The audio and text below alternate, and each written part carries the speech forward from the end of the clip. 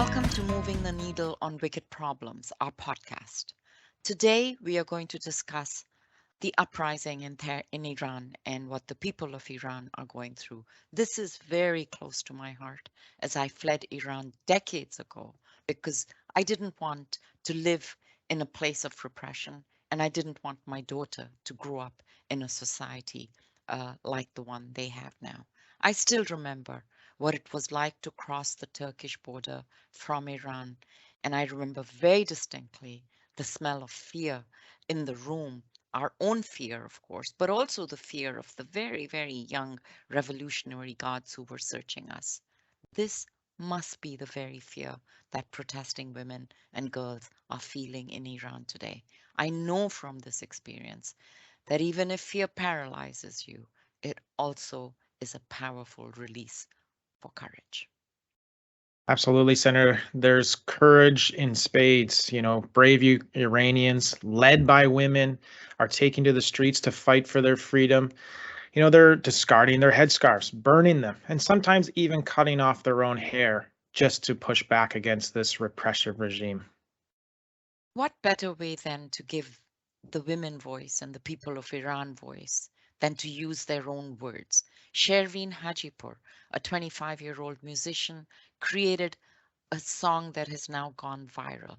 These are not his words that he uses, but he crowdsourced them by pulling together the sentiments and aspirations of Iranians. So instead of doing our regular theme music, we will play that inspiring song before we introduce our guest of today.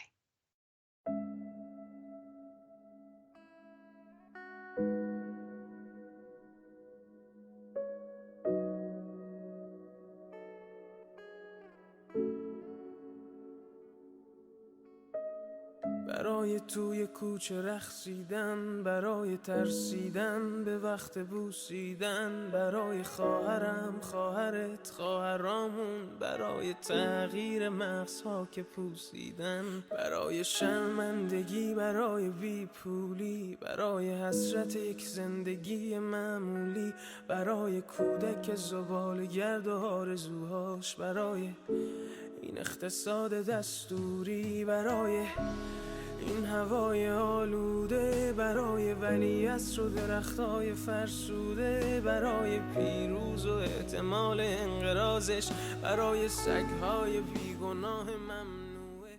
So to delve into this, we are speaking with Nazanin Afshin-Jam MacKay. Nazanin is an award-winning international human rights and democracy activist, a public speaker, and the co-founder of the organization Stop Child Executions. Welcome, Nazanin.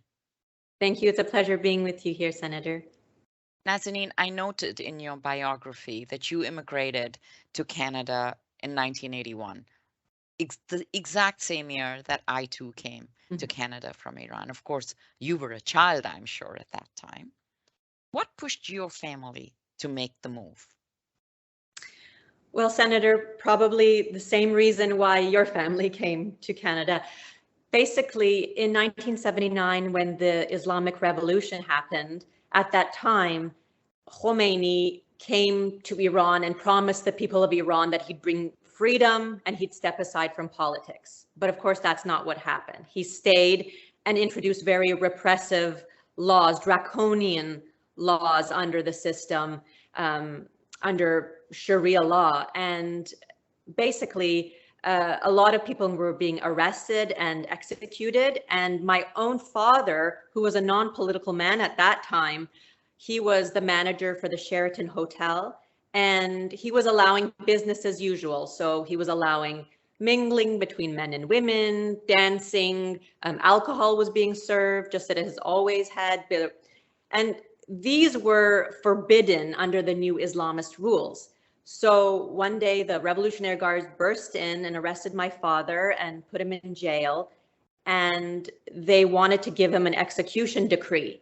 So he was waiting for his trial in those kangaroo courts that were set up at the time, where presiding over him would have been a judge named Khal Khali. He was a notorious judge who was known to give execution orders without even opening people's files.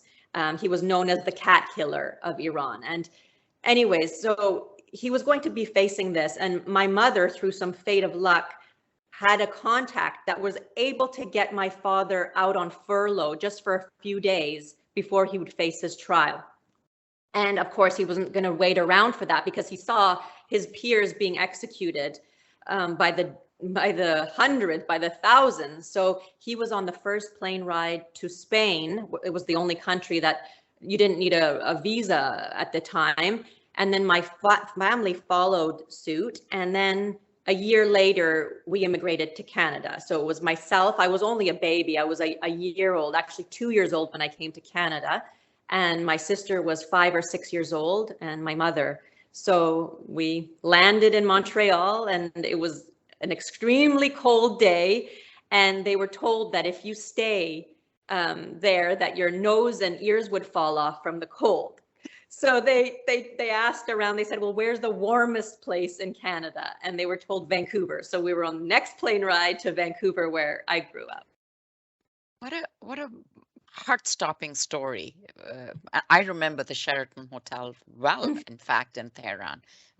Used to go there for celebrations and things like that. But my goodness, for your father to go through that, and for your mother to have that one contact, life is made up of strange instances that either capture you in them or release you. So congratulations to your family. You were really young, and your family must have also been in a state of shock, because no one wanted to really be displaced. Nobody wants that.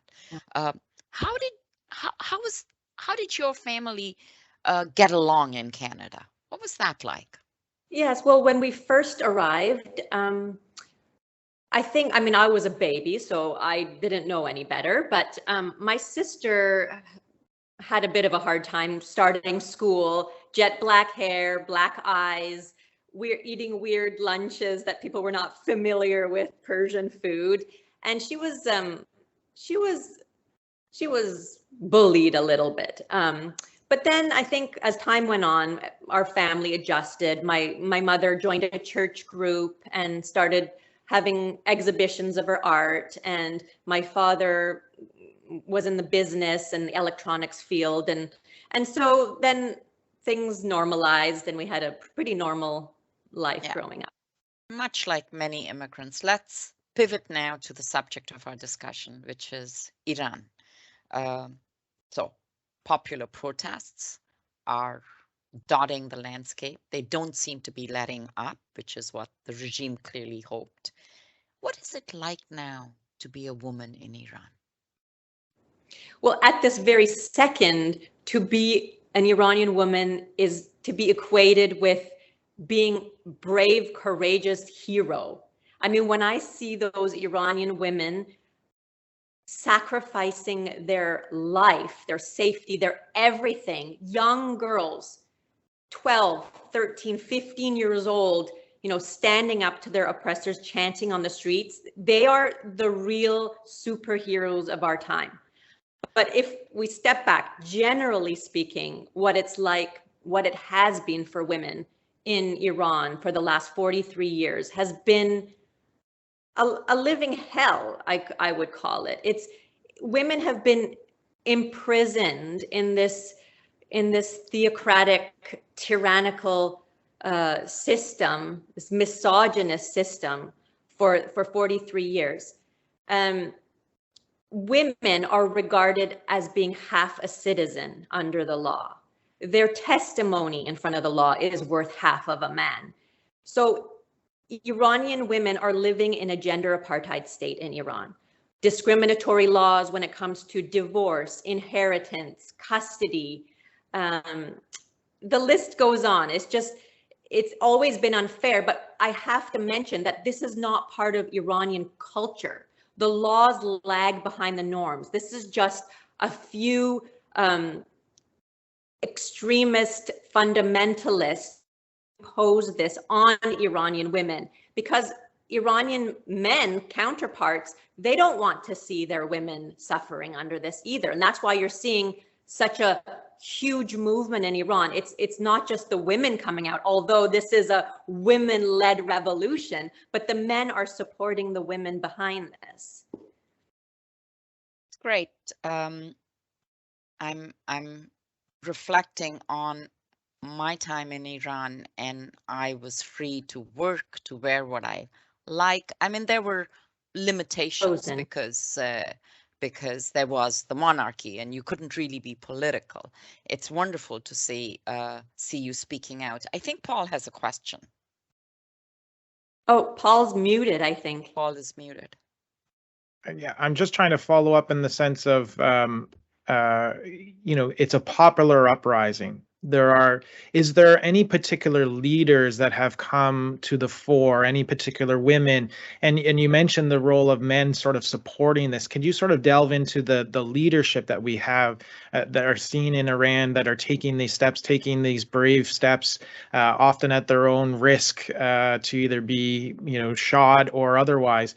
Who are the real leaders that are dealing with this uprising? To be honest with you, Paul, this is a leaderless revolution. There's not one leader that people are following.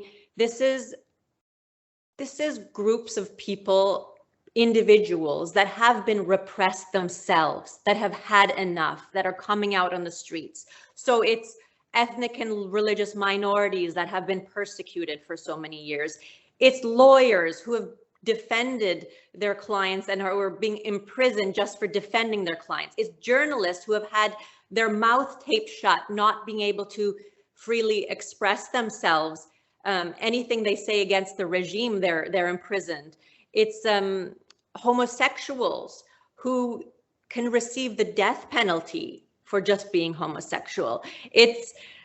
The list goes on. It's environmentalists that are so ashamed with what's happening in Iran, the mismanagement of resources and the environment. It's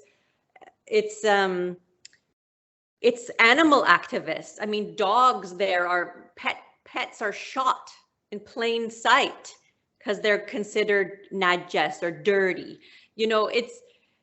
There's such a level of repression that this is years of repressed people that are spilling out on the streets. And I think there's a beauty in that it's been organic and there has been no leaders. But I think now we're starting to reach a point where we need a little bit more guidance on the outside, guided by the thoughts and the wishes of the people on the inside. So Nazanin, you said it's a leaderless movement. It's organic. And part of this leaderless movement has resulted in all kinds of voices coming to the front, including musicians. I've heard a number of pieces of music, and I'm going to refer to the one we played at the beginning, the piece of music composed by Shervin Hajipour. And I'm just going to explain to the audience a little bit of what he says, not the entire song, that would be too much. And he sourced these ideas from the Twitterverse. He asked Iranians, for what are you protesting? Yes. And that song says, we are protesting for dancing in the alleys, for breaking the taboo of kissing, for my sister, your sister, our sister, for the shame of poverty, for the feeling of peace, for the sun after these long nights, for the girl who wished to be a boy, for women, for life, for freedom. Every time I hear the song, I hear it often. And because I understand Persian, makes a difference. I go weak in my knees. Yeah. I really do. I come close to tears. What do you feel when you hear that song? Exactly like you, Senator. Every time, like right now, even just you repeating the words of Shervin Hajipour, I have shivers. I have goosebumps. When I hear that song, I'm so overwhelmed with emotion. And I think everybody feels this. If you've seen the protest movements happening, this has become an anthem for the revolution that's happening in Iran. And he encapsulates so beautifully everything that Iranians have been feeling for the time that they've been repressed under this Islamic regime. And everybody that I know that hears it, they just well up with tears. It's such a powerful song. I spoke the words of the entire song in the Senate last week, and I can tell you that even in English, which is a far less romantic and poetic language than Persian, people Yes. had tears in their eyes. I think Paul wants to follow up with a number of questions on this and further. Yeah, I wanted to talk a little bit about, you mentioned that this was a leaderless uprising, that people from all walks are jumping in on this, and they have all the different reasons, as the song points out, as you pointed out, of why they wanted to be a part of this uprising. But then you also, right at the end, sort of mentioned that maybe it's time to get a little bit more organization in the movement. And you've put out on Twitter sort of an organizational structure for a coalition to serve. What are you thinking there, and what are you looking to build there? Well, I'm just echoing what the people of Iran are asking. And they're saying it's time for you on the outside to help us be our voice, amplify our voice. And we've been doing that as much as we can in protests, in petitions, in forming small groups to, help with medical advice for those that are being shot on the street and they can't go to the hospitals because regime officials are waiting to nab them at these hospitals. So there's different people doing different things, but they're looking for some more unity between the opposition on the outside, which, if you follow Iranian politics, diaspora politics, there's been a lot of clashes in the past between opposition groups, even though they're all wanting the same thing, which is for this regime to end. They've all understood that there's no more room for reform, that Iranians deserve what they're asking for, which is a free and democratic Iran, a constitution based on human rights, the rule of law, and a separation between religion and state. This is what we all want. And they want us to formalize this a bit, because political leaders like Senator are probably looking for a group of people to sit down with and say, what do the Iranian people want? How can we help? And there's not that unified voice, but we can form a coalition that could kind of formalize this a little bit better. There is a political group by the name of MEK that the vast majority of Iranians don't support.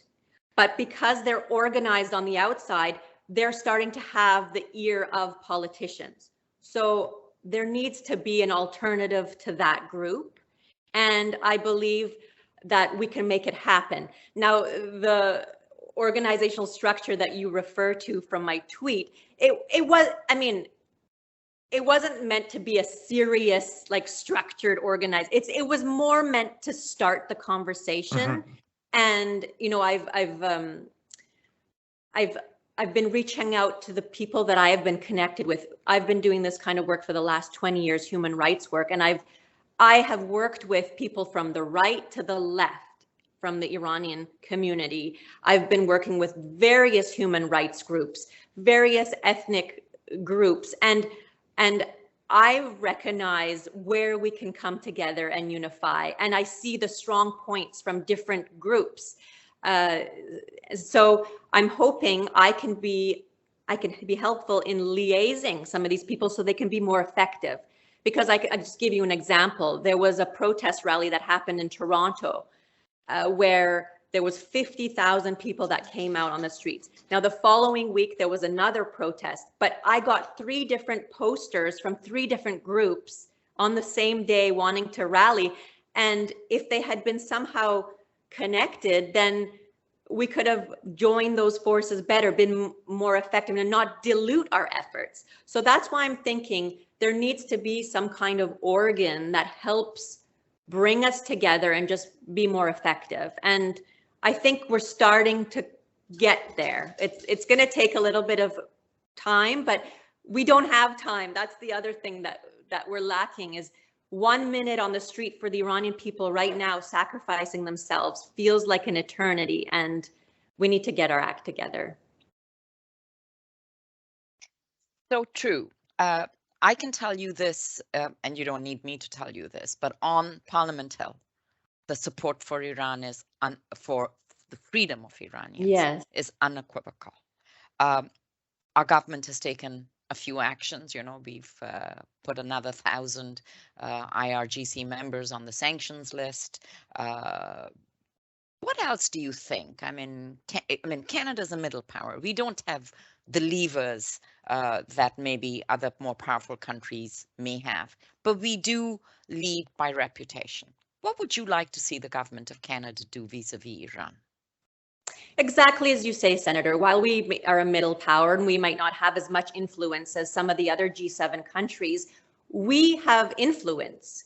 We can pressure other countries to do the right thing as well, to be on the right side of history, because I really see this as a historical moment where people are going to see, are we on the right side of history, like those that partook in bringing down the racial apartheid in South Africa, to do the same for Iran's gender apartheid, to be there to support Iran's freedom movement. So what I'd like to see, first of all, for Canada to do further, they've done a great job. They've taken great first steps. I would love to see them put the IRGC in its entirety on the terrorist list. Mm-hmm. I would like them to reach out to their G7 partners and encourage them to ask their Iranian diplomats and ambassadors to go home, to go back to Iran, to be recalled, and to recall their own ambassadors to their countries, because that would be sending the message that this is an illegitimate government that does not represent the voices of the people, and that these countries are no longer willing to do business as usual. They're no longer to have diplomatic and economic ties with Iran. We have to step it up a notch and apply Magnitsky Act by freezing assets and creating travel bans, so more Iranian officials and their families not to enter Canada, not to bring their dirty laundered money, these kleptocrats that are bringing stolen money from the Iranian people and abroad, also engaging in terrorist activities. So glad you mentioned dirty money, kleptocrats. I'm well connected with the Iranian community in Toronto, and I keep hearing about the loads of dirty money, condos being bought, equity shares, etc., etc. So yes, we have the Magnitsky Law, but we also have another tool, which I played a role in, which enables the government of Canada to not just freeze the assets, but to seize them and to redeploy them to help the victims. In the case of Iran, the government of Canada could take a number of these sanctioned assets and repurpose them with due process and accountability and transparency to a human rights organization that supports women's rights in Iran. What do you see? Do you see any political risks or downsides of Canada doing something like this? Absolutely not. I mean, why wouldn't they? The Canadian electorate are there to represent the Canadians, and Iranian Canadians are asking for this. So they need to listen to the Iranian Canadians and go forward. And I would love to hear more about it from you, Senator, because I know you've been championing this. And I've spoken to international human rights lawyer Payam Akhavan, and he said, while it would be difficult, it is possible. It's not impossible. So I know that class action suits have been filed in the past, especially in the United States. But I would love to see further how the idea that you're proposing could materialize. It is certainly in the reach of the Canadian government, and in a way, it is the case for repurposing assets back to the victims of the regime in Iran.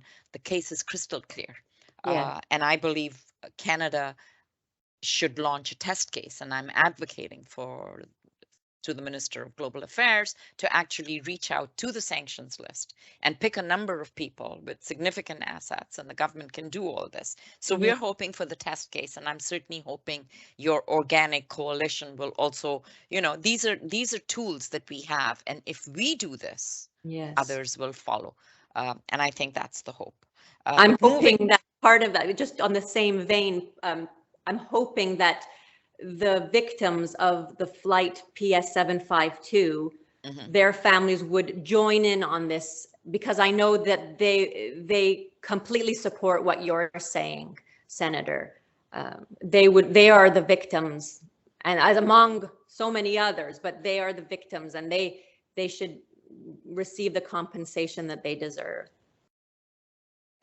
There are a bunch of other ideas, and let me test a few out with you. You've already mentioned, withdrawing diplomats from Iran as one example. Yes. And another proposal that was put forward by someone I spoke to yesterday is to remove the Islamic Republic from the UN Commission on the Status of Women.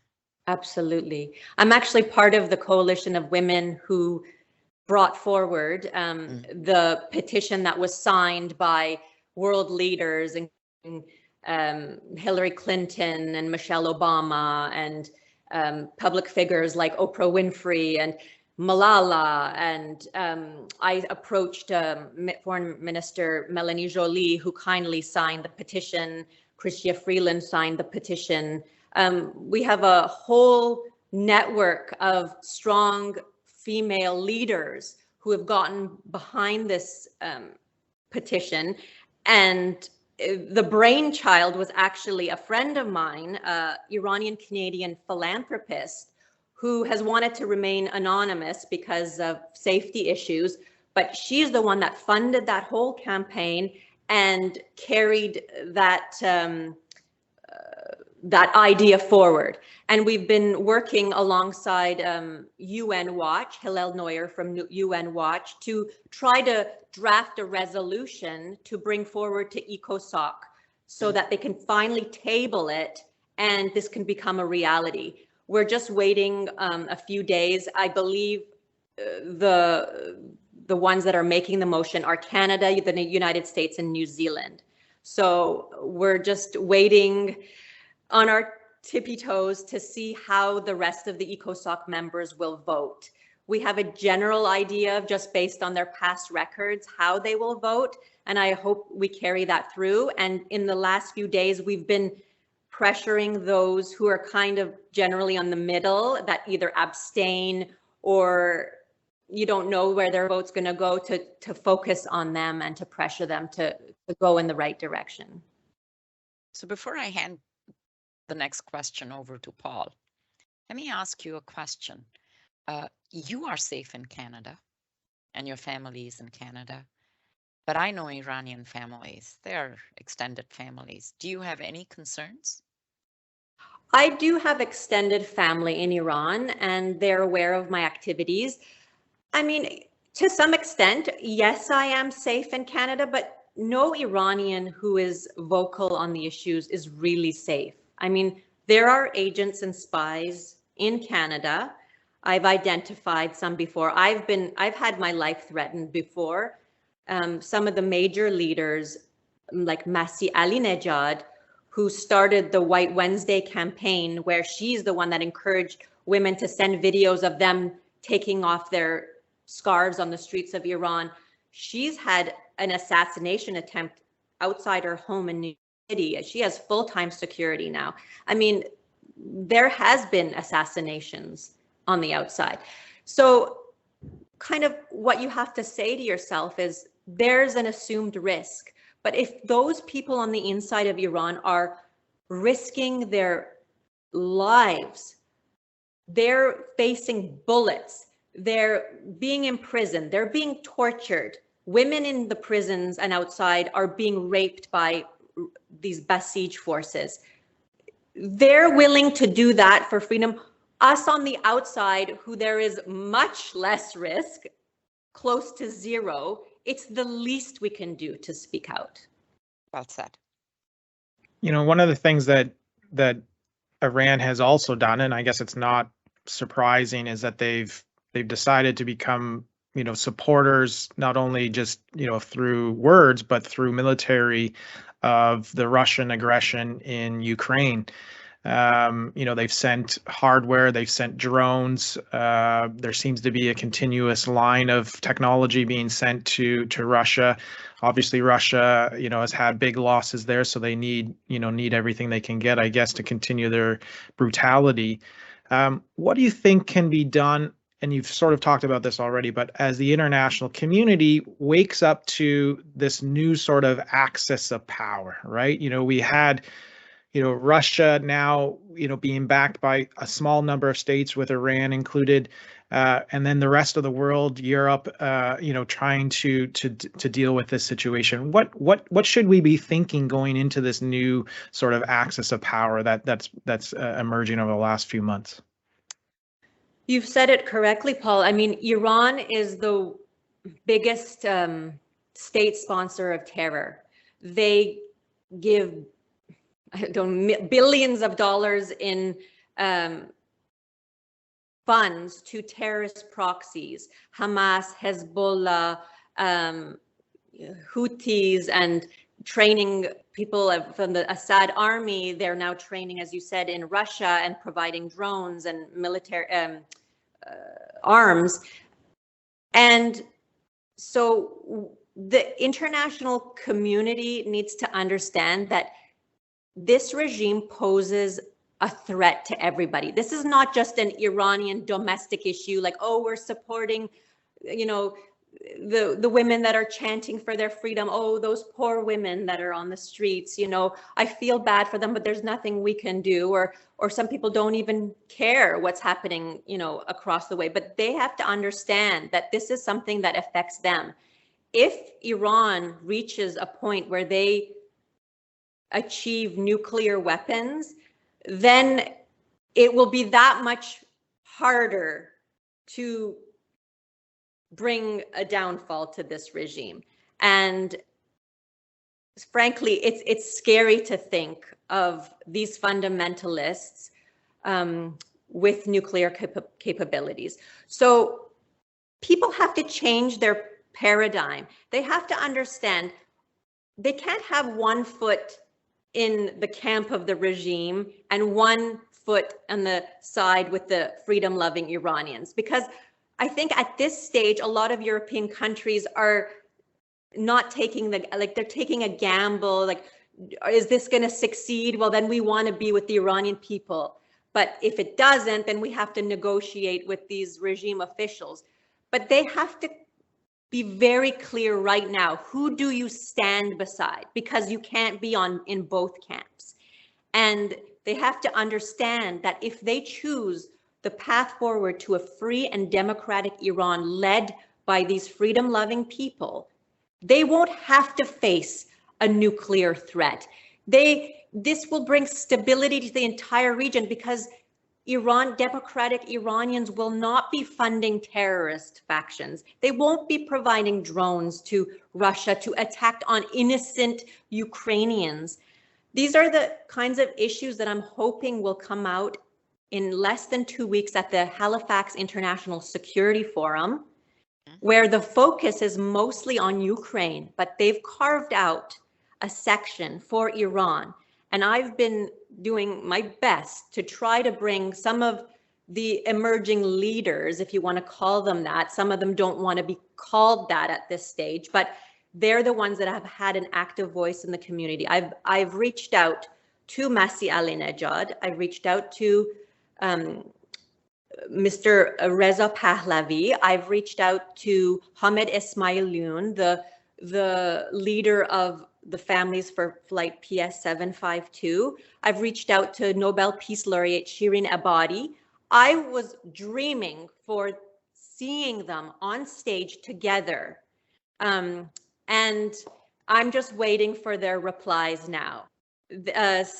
Some of them are hesitant, but I mean, this is a forum that has the ear of the international community. They're the policy makers in that room. They're the people. There are 10 congressional senators from the United States there. There's ambassadors from different countries, NATO members, generals. I mean, this is the place that they'll have the ear, and I'm just waiting to see if they're willing to accept our invitation, and if not, then we'll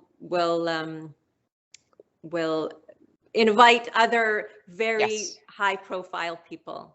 Absolutely. I really want to wish you the very good luck in this, because I think you found a moment in time and a strategic lever with using the Halifax Security Forum to speak to the rest of the world.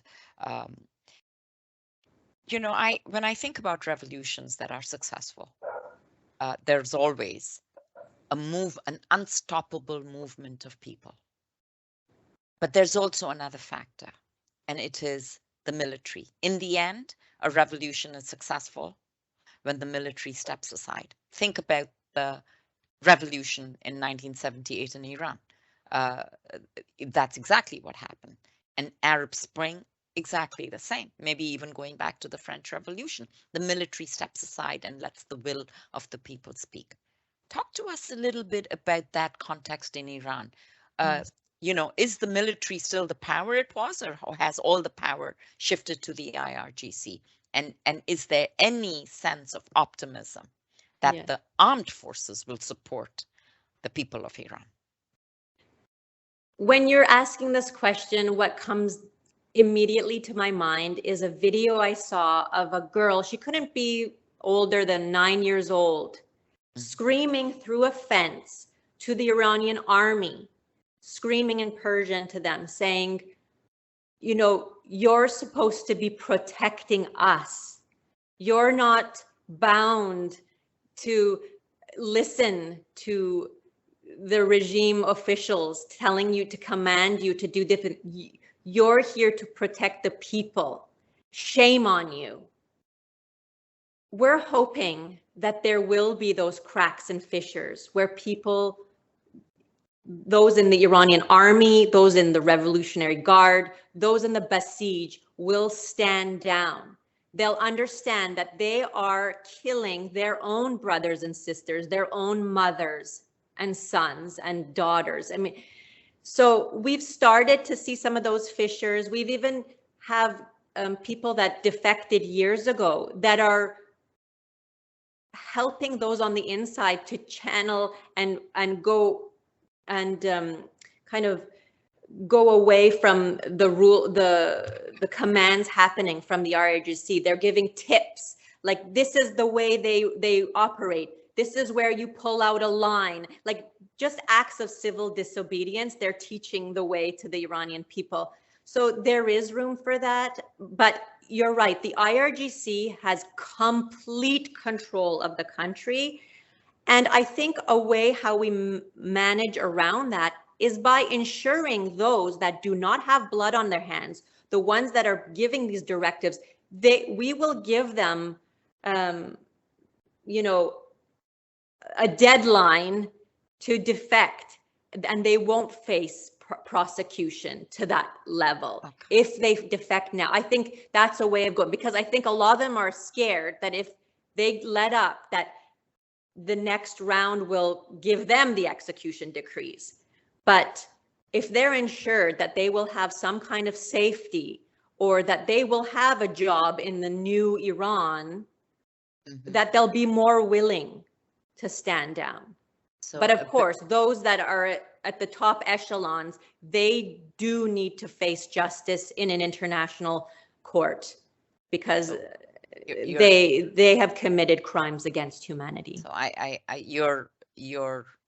think your ideas are reminding me of South Africa, the Truth and Reconciliation Commission. So absolutely. So my final question, and I think I know the answer to that, but I think our audience would like you to hear from you. Do you have hope for the future of Iran, Iranian women, and Iranian men?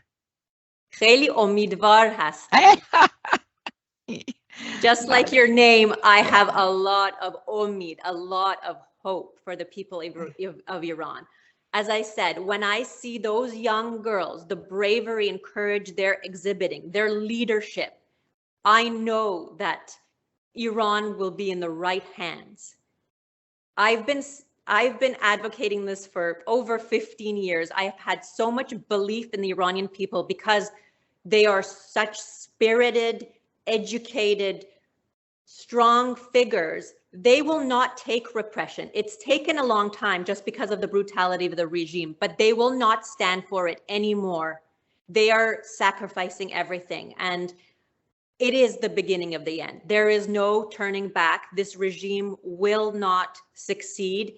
This will be the people's Iran. Thank you so much, Nazanin. This has been absolutely terrific and so timely, and your insights into Iran will, I think, help our audience understand not just the context, but also join you in your journey of hope. Thank you to our listeners. And if you have questions or topics, or in fact, people you'd like us to interview, please don't hesitate to reach out to me either through Twitter or my Senate account. We would love to hear from you. Thank you very much. Thank you, Senator.